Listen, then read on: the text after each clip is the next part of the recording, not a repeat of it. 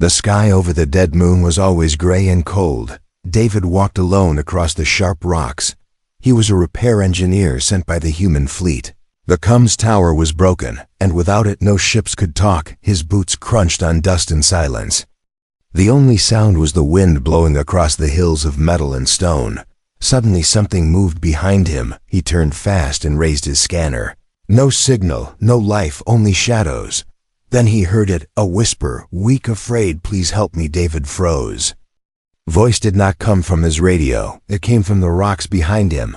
He walked slowly toward the sound, hand on his tool belt, ready for anything. As he moved forward, he saw something strange, a shape half hidden, a creature on its knees, clutching something. Small and wrapped in cloth, it was an alien, a female, her skin pale blue, eyes wide with pain, her body shaking. She spoke again, her voice cracked like glass. "Please, human, help me. My milk is gone. I cannot feed my child." David looked closer, the bundle in. Her arms moved, a baby alien too, but small and thin, and crying with a dry voice. He stepped back, unsure what to do. He had never seen one like her. The aliens were not friends. The war ended only 5 years ago, but the fear still lived inside his bones. Still. The child cried, and the mother cried too. She fell to her knees, begging, tears running down her cheeks. "He will die. Please, I have no one. No food, no water. No home." David looked around. No ships, no soldiers, no help coming. He had a small shelter nearby. It had air, some water, and maybe something from the med kit that could help. He made a choice. Walked to her, held out his hand. She flinched at first, then placed the child gently into his arms. He held it. It was so light, too light, almost no weight. At all she tried to stand but fell. He helped her up. Together they walked slowly to the shelter. Inside it was quiet. Warm, safe for now. He gave her water. She drank like she had not tasted any for days. The baby cried again, a dry and weak sound. David opened his small rations pack, crushed a nutrient pill, mixed it with warm water, used a medical dropper to feed the baby, drop by drop. The baby sucked the drops slowly, then stopped crying, then slept. The alien woman looked at David with tired eyes. Her lips trembled. "Thank you. You are kind. More kind than my own kind." David sat across from her. He asked, "Who are you? Why are you here alone?" She closed her eyes, took a breath, then spoke. "My name is Serene. My mate is gone, killed in the war." He was not alien like me. He was human. We met in secret. We ran from both our worlds, but we were hunted. They found us. He died. I ran. Now my people call me a traitor. And your people would shoot me on sight." David listened, his mind racing. A human and an alien together. That was not possible. That was not allowed. She opened a small pouch on her waist. Inside was a small photo, old and torn, a human man, smiling. David's heart stopped. He knew that face. It was his brother. He looked at Serene with shock. She looked back, silent, sad. "Your brother," she said softly. "He loved me. He loved our son." David could not speak, could not breathe. The baby, the tiny child, was family. He stood and walked in circles, his head full of questions, anger, pain, fear, but also something else. Hope. Serene looked at him, afraid of his next move, but he did not leave. He looked at the child, then at her. "You are safe here." He said, "I will protect him. I will protect you." Outside, the sky grew darker. Storms of dust began to rise. Far in the distance, a red light blinked on a hill. Something had detected movement, but inside the shelter, 3 lives sat together, a mother, a child, and a man who just found something he had lost. A reason to fight again. David sat by the doorway as dust storms rolled outside like waves of fire. His eyes did not blink as he watched the horizon. The baby was quiet now, resting in a blanket made from David's jacket. Serene lay nearby, her arms tight around herself, her body still shaking from cold and hunger. Silence inside the shelter was deep, but heavy, like something was hiding in the air. David finally spoke with a voice dry like sand. "Tell me everything." Zareen turned her face toward him slowly, her eyes full of shadows and memories. She took a long breath, then began to speak, her voice low like a whisper from another world. "Our kind never trusted yours. We lived apart for hundreds of years. When humans came to this system, we warned them to stay away, but they did not. They mined our skies. They burned our forests, and then came the war. David listened with clenched fists. He had fought in that war. He had lost friends. He had lost his brother. Or so he thought. Serene continued, her hands trembling as she held the edge of the blanket. But not all humans were enemies. Not all of us were cruel. Some saw hope in each other. Your brother was one of them. He saved me during an ambush. I was wounded. He carried me to a hidden cave and stayed for days. He sang to me. He told stories of earth, of rain and music, of food that grew in the ground. He made me laugh. David's eyes softened for a moment.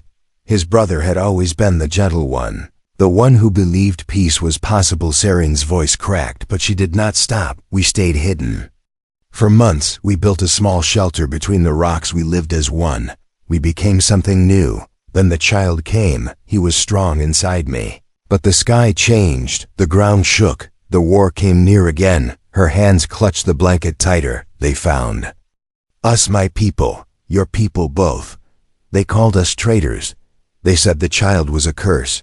Your brother tried to protect me. He stood in front of the fire, but they shot him right through his chest. David turned away, his jaw tight, his eyes burning. He wanted to scream, but no sound came. Serene reached into her pouch and pulled out a small glowing chip. She held it out to him. This is all I have left. It has his voice, his last words. For you. David took the chip with shaking hands. He placed it inside the reader on the wall. A soft sound filled the room, and then a voice, familiar, warm, broken. David, if you hear this, I am gone. But my son lives. He is special. He is not just blood. He is bridge. Help him. Keep him safe. Promise me. The message ended. Silence returned, but everything had changed. David looked at the baby, then back at Serene. He now understood the truth. His brother had died not in battle, but for love, and this child was not a curse. He was a miracle. Serene leaned back, her face pale, and her breathing weak. David rushed to her side. She had a fever. Her body could not take more. He opened the med kit, injected nutrients, and wrapped her in thermal layers. Her eyes fluttered but stayed closed as he worked. A soft sound beeped from the scanner on the wall. David turned to look. Movement outside. Not the wind, not dust. Something else, something metal. He stepped outside and raised his scanner. 3 red dots on the radar drones. Not human, alien. They were coming fast, too fast. David ran back inside and locked the door. He grabbed a pulse rifle from the wall and checked the battery, still full. He looked at Serene, still asleep. He looked at the child, eyes open now, glowing faint blue. David knelt beside him. The baby looked into his eyes and smiled for a second. All fear vanished. Then the ground shook. A blast hit the rocks nearby. The drones had arrived. David picked up the child and pressed a hidden switch on the floor. A hatch opened. A tunnel leading deep under the rocks. He placed the child inside, first wrapped in the blanket, then Serene, then himself. Tunnel closed behind them, just as the shelter exploded above. Darkness, silence. Only the sound of breathing. David lit a small light and crawled through the tunnel with one hand while holding the baby with the other. He could not stop. He would not stop. They had taken his brother. They had taken peace. But he still had a chance. Child moved in his arms, not crying, not afraid, eyes glowing brighter now, as if he understood. David whispered into the dark, I will protect you, I swear it. No matter who comes. The tunnel curved downward, deeper into the unknown. But David did not turn back. Ahead somewhere was safety, and perhaps a way to end the war forever. The tunnel was narrow and dark, with only the soft light from David's wristband showing the way ahead. The baby rested quietly in his arm, while Serene followed close behind her, breathing slow but heavy. David kept crawling forward, listening for sounds from behind, but the drones made no noise. They were machines built for one thing, to erase threats. As the tunnel opened into a larger space, David stood and looked around. This was an old mining hub, long forgotten and buried deep underground. Walls were covered in dust and rust, but the air was safe to breathe. He laid the baby on a soft patch of cloth and helped Serene sit down against a wall. She coughed once, her body shaking with cold. David handed her water and checked the baby, who stared at him with glowing blue eyes. No tears, no fear, only silence. David checked the Cum's beacon, but it was dead. He needed to send a signal. Someone had to know what was happening. But every channel was jammed, every signal blocked something, or someone was controlling the air above them. Serene opened her eyes and spoke with a weak voice. They followed me, not just the drones. There is a mind behind them. A watcher, someone who sees everything. David looked at her confused. Why? She reached into her bag and pulled out a small device, round silver alien. This is what they want, she said. A memory core. It has information, proof, secrets about the war, about your leaders, and ours. Things they never wanted the people to see. David stared at it, his mind racing. If what she said was true, then this tiny object could burn down governments. It could also get them all killed. Suddenly the walls of the chamber flickered with light. A humming sound filled the air, not from outside, from inside. David pulled his rifle and stepped in front of the baby and Serene. 3 lights appeared above, floating, watching, not drones, probes. They scanned the room, scanned his face, scanned the baby. Serene whispered, "They are not here to capture. They are here to erase." David fired at the probes, but the energy passed through illusions, projections. A voice echoed through the chamber. Cold, flat, empty. "Return the child, surrender the data. You will be spared." David shouted back, "Who are you? What do you want?" The voice replied, "Truth is poison. The hybrid is a threat. You were warned." The lights vanished. The chamber fell silent again. But the message was clear. David turned to Serene. "How do we stop them?" She pointed to a hatch behind her. "It leads to a comms relay, old tech, buried and forgotten, but still active. If we reach it, we can send the data across the stars." David nodded and picked up the baby.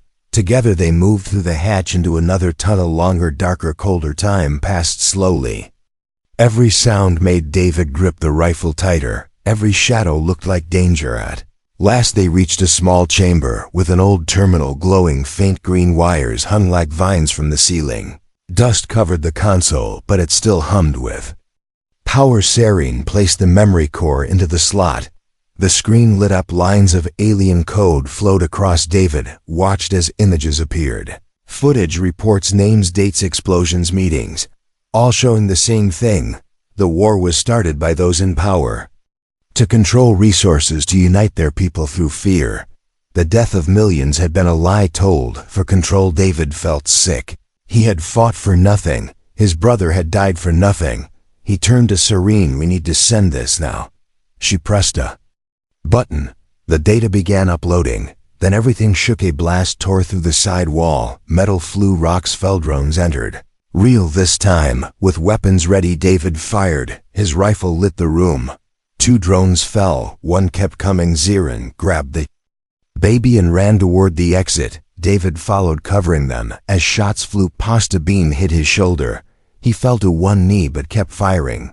Upload reached 90%, then 95, then 100. The screen blinked. Data sent. David pulled a grenade from his belt and threw it at the last drone.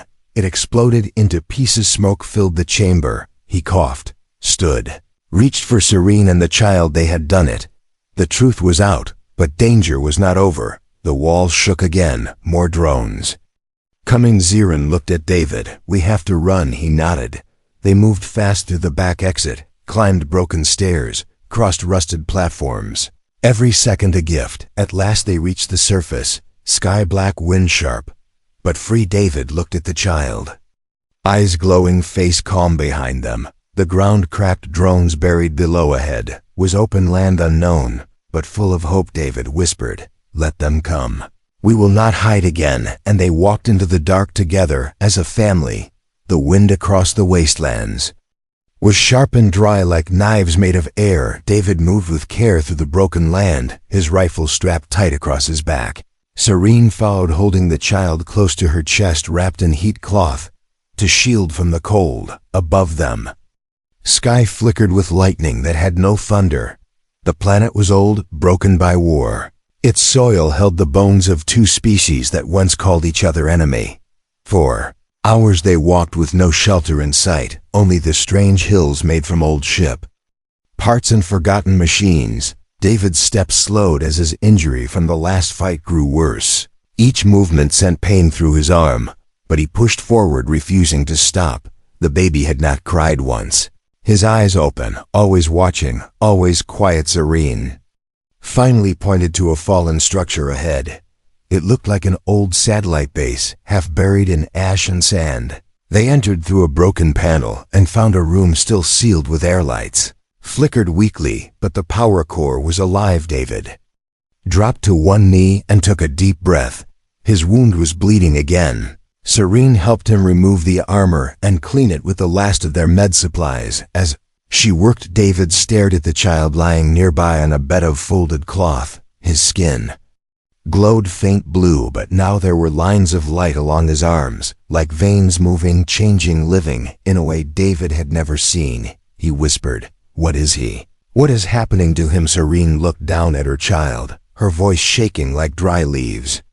"He is not only mine, not only yours, he is something new, something made from both." David leaned closer. "But what is he becoming?" Serene paused, then spoke. "The first of his kind, a bridge between two bloods. Not just peace but power, a mind not born in war, but built in silence. He feels the air, he listens to the stars, and he remembers things I have never told him." David stared at her. "What do you mean, remembers?" She nodded slowly. "Sometimes he cries in sleep, names he should not know, places he has never seen. He once said your name before I ever spoke it aloud." David turned to the child again. The glowing veins now moved like rivers of light under skin. The baby opened his eyes, not fully blue, not fully human. Something beyond both. David reached out. The child reached back. Their fingers touched, and suddenly, David saw flashes, memories, but not his own. A ship burning in space, a voice screaming in the dark, Serene running through fire, a soldier giving her a jacket. That soldier, his brother. David saw the moment of their meeting, the first touch, the first word, the hiding place in the mountains, the laughter, the love, the child's first heartbeat inside her womb. David pulled his hand back, gasping for air. He looked at Serene. "He showed me all of it, like I was there." Serene nodded. "He does not speak like us, but he speaks through feeling, through memory, through connection." David stood and walked around the small room. "This changes everything. He is not just a child, he is a message." Suddenly, the lights dimmed. A warning alarm blinked on the control board. Movement outside, multiple contacts, too many to fight. David grabbed his rifle and moved to the doorway. He opened a panel to see outside. Drones again, but now they were not hiding. They marched in rows, silent, precise like a swarm. Serene stepped beside him, holding the child. "We cannot run again. He is not meant to run. He is meant to choose." David looked confused. "Choose what?" Serene held the child up. "Let him decide. Let him speak." David hesitated, then nodded. He took the child and stepped outside with him. The drone stopped, as if waiting. The child raised one tiny hand. No sound, no cry, then light. A soft wave of blue pulsed from the child's body. The air shimmered, the ground shook. Drones froze, then dropped their weapons, then turned and walked away. David stood in silence. He looked at the child, who now closed his eyes and rested against his chest. Serene came beside him. "He is not a weapon, he is a signal." To end the silence, David looked into the dark sky above. He now knew the truth. The child was not just part of them. He was what came next. They returned inside. David sealed the door. He sat holding the child while Serene watched with eyes full of fire and fear. Somewhere far above, signals moved across the stars. Governments listening, leaders reacting. The message had reached them, but no one truly understood what it meant. Not yet. The air inside the old base was still, but the silence felt heavy, like something unseen was listening from the walls. David sat with the child in his arms, while Serene worked on the broken console with careful hands. Each button she touched lit up faintly, as if the system remembered her. Wires sparked, dust fell from the ceiling. But the signal was reaching out. David looked down at the baby, whose eyes no longer glowed, but seemed deeper now, as if filled with skies and storms. He whispered softly, "Can you hear me? Can you understand?" The child blinked once, then reached out and touched David's face. A soft warmth passed through his skin like sunlight, breaking through clouds. Irene turned from the console, her face pale and strained. "The beacon is active," someone answered. "Not the military, not the drones, a rebel group, they say. They know what the child is. They say they want to help." David narrowed his eyes, unsure. "And do you trust them?" Serene did not answer right away. Her voice came quiet. "I trust no one. But we have no other choice." Outside, the sky turned dark again with the strange glow of energy clouds. The planet was changing. Too many signals. Too much power moving through the ground. It felt like the world was waking from a long and angry sleep. David packed what little they had: water, thermal cloth, a weapon that barely worked, and the memory core still holding truths that could burn empires. They stepped out into the wind. The location sent by the rebels was deep inside the Razor Fields, a land known for traps and shattered mines. Long ago, war machines had been buried there, forgotten by time. Now only the brave or the desperate passed through. They walked for hours. No drones, no noise, only silence and shadows. Child never cried, his eyes watching, his fingers twitching like he was sensing things in the ground. David kept checking the map. They were close. One more hill, one more ridge. Then they saw a small ship, old but alive, lights blinking. Ramp lowered. Two figures waited at the base of the ramp, one human, one alien. Both wore gray uniforms marked with a strange white symbol, like a tree with broken branches.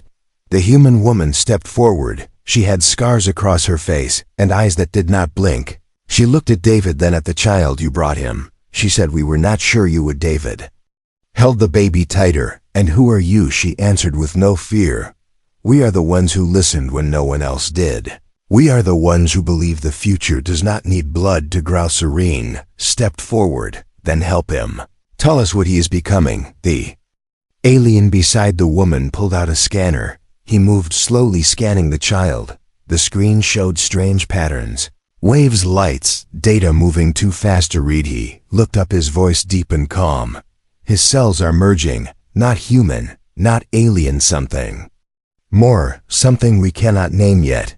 He is rewriting the rules of life." The woman nodded. "If he lives, he becomes proof. If he dies, they will erase his story." David looked at both of them. "So what do we do now?" The woman pointed to the ship. "You come with us. We take him to a place hidden from both sides. There we have a lab. There we can help him survive. But it will not be safe. They are watching us too." David looked at Serene. She gave a small nod. They entered the ship. The door closed behind them. Inside, the lights were dim, the walls lined with old tech and medical gear. A place built in secret, far from war, far from politics. The child was placed on a medical bed. The machines hummed, scanners moved, wires connected. Suddenly, alarms flashed. The ship shook. A voice called from the front, "Tracking beacon. They followed us. Drones inbound." Too many. David grabbed his weapon. Serene stood beside him, ready. The woman pulled out a control panel. "There is one way. We jump blind. No coordinates, only dark space." David shouted. "We could hit a sun, or worse." The woman smiled. "Or we find a place no one can follow." The ship shook harder. The baby cried for the first time. A high sound, not pain, not fear, but something like a command. The lights in the ship changed. The engines roared. The jump drive engaged on its own. Everyone froze. The pilot looked back. "That was not me." The ship vanished into dark space. No maps, no plans, only stars, and the sound of a child sleeping without fear for the first time. The jump through dark space felt longer than time itself. No stars, no sound. Just a feeling like the ship was moving through thought instead of sky. David stood near the window, even though there was nothing to see. His eyes were tired, but his hands never stopped checking the rifle at his side. Serene sat across from him, her arms wrapped around the child, who now slept with soft light pulsing under his skin. The rebels moved around the small ship in silence. The pilot whispered to his console. The woman with the scars watched the sensors like a hunter waiting for prey. Then with a sudden jolt, The ship stopped. Lights flickered, engines hummed down through the front window. A planet appeared dark blue, covered in clouds and rings that shimmered like broken mirrors. The pilot spoke with awe in his voice. No signal, no code, no gate. This place is invisible even to the stars. David looked at Sareen. She nodded slowly. We have arrived. The ship landed near a tall mountain where the ground was flat and covered in strange red moss that glowed faintly in the dusk. A hidden base opened like a wound in the earth. Steel doors, silent guards, eyes that followed without blinking inside the base. The air was warm, but smelled like chemicals and metal. Machines lined the walls. Strange devices with blinking lights and slow-moving arms. A female scientist approached them. Her coat was long and clean, and her face was calm like someone who had seen too many things and learned not to care. She looked at the child, then at David. I am Dr. Alira. You have brought me a miracle. Or maybe a problem too big to solve. David held the child tighter. We brought you a life. That life deserves a future. Dr. Alira gave a soft smile and motioned them to follow. They entered a large room filled with scanners and clear tanks of glowing fluid. Other children floated in silence. Not human, not alien, not alive, not dead. Sareen stepped back, her voice sharp. What is this? Dr. Alira turned.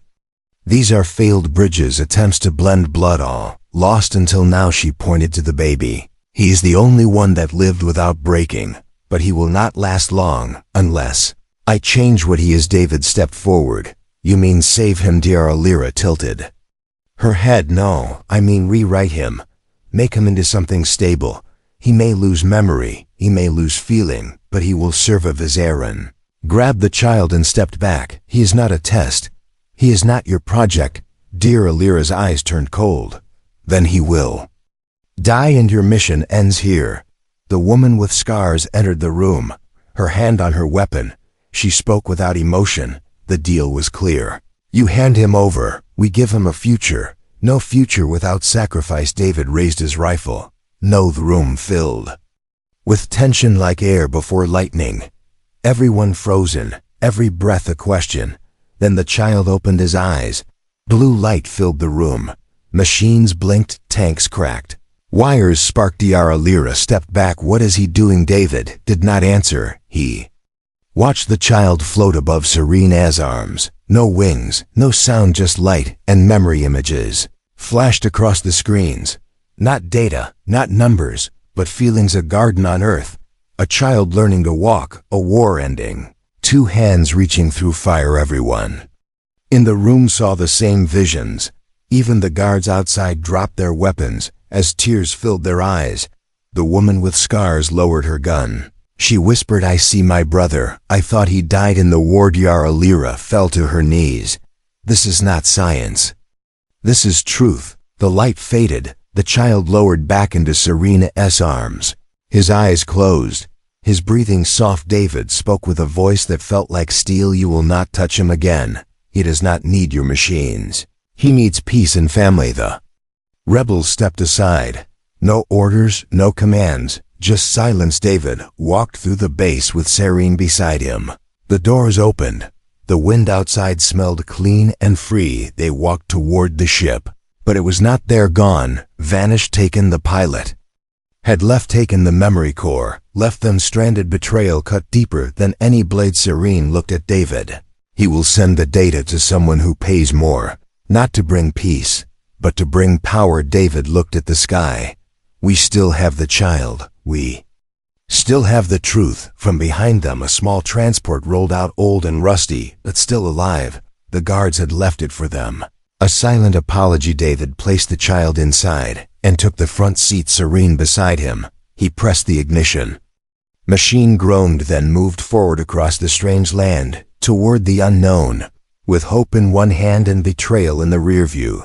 Old transport moved slowly over the glowing moss, its wheels creaking with each turn, like the groan of an ancient beast waking from sleep. David gripped the controls tightly, his eyes scanning the horizon, where the mountains bent like broken fingers reaching toward a sky that pulsed with silent storms. Beside him, Sareen held the child close, her hand resting On his small back, as if her touch alone could protect him from the weight of the world, the child did not move. His eyes remained closed.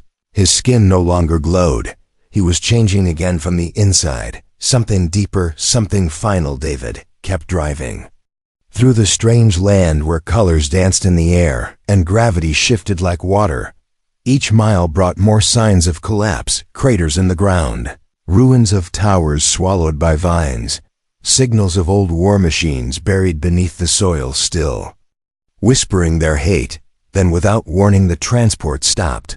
Its engine stuttered, its lights died. David tried the controls again. Nothing. Not even a hum. Serene looked ahead. There was something waiting, shapes standing still in the road. Not drones.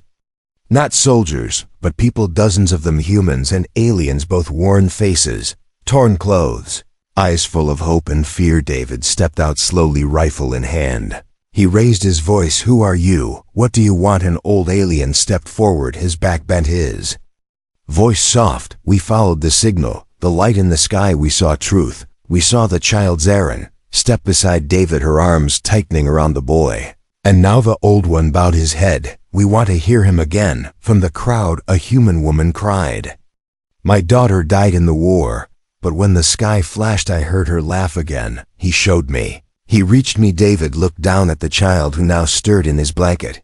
His eyes opened, no longer blue, not human, not alien, just light, pure and silent. He floated from Serena's arms and hovered above the road.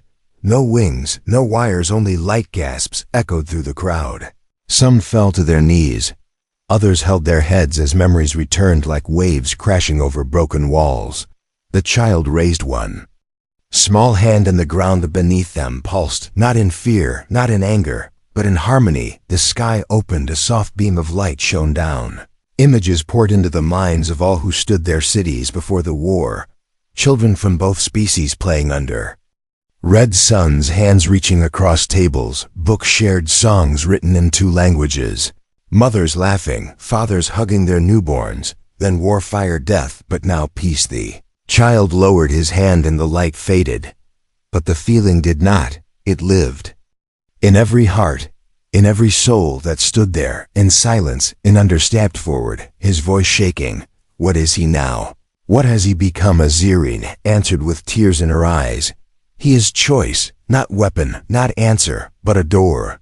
The crowd moved closer, not in fear but in reverence. Some placed flowers, some offered food, some simply cried. The old alien looked at David.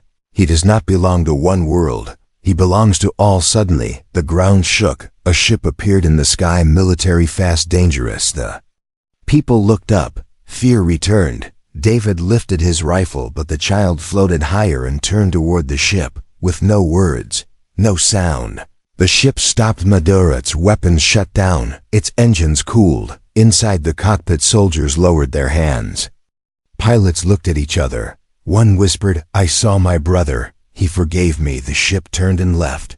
No threat, no war, just silence. Child floated back to the ground and walked to David. He reached out and touched his hand. In that moment, David saw everything: his brother, his pain, his hope, and now his peace. David knelt and hugged the child, not as a protector, not as a soldier, but as family. The sun began to rise across the distant hills. Soft golden light spilled over the moss, over the people, over the child who now walked among them, not as a symbol but as a boy. Serene smiled for the first time without fear. Her journey had ended, and something new had begun. David stood beside her, his rifle lowered, his heart full. Not all wars end with victory, some end with understanding. The child walked ahead, small steps, big light. A future no longer held by fear, and behind him the world followed, one step at a time.